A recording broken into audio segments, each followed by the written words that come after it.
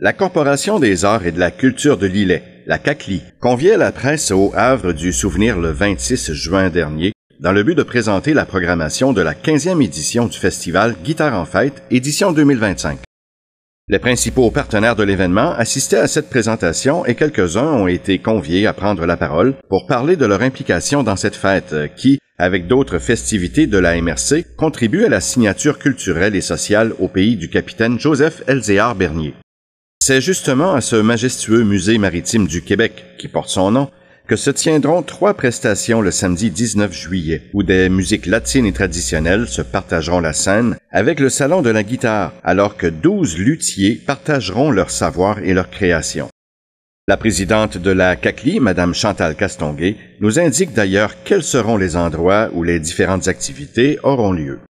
Au Café culturel Lillet, on se déplace aussi à la Chapelle des Marins, dans le cœur du village, une petite chapelle de procession qui est un monument patrimonial qu'on veut exploiter, qui vient donner une vie dans le village.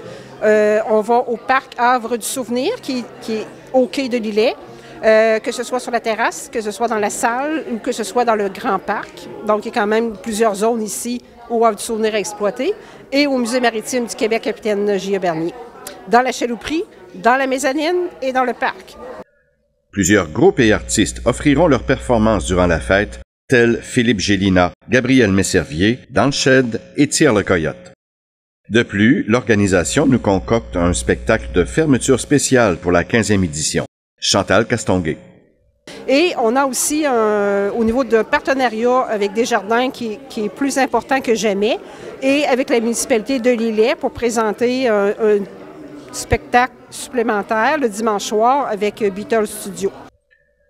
Un tel événement ne pourrait avoir lieu sans l'implication de nombreux bénévoles, commanditaires et partenaires.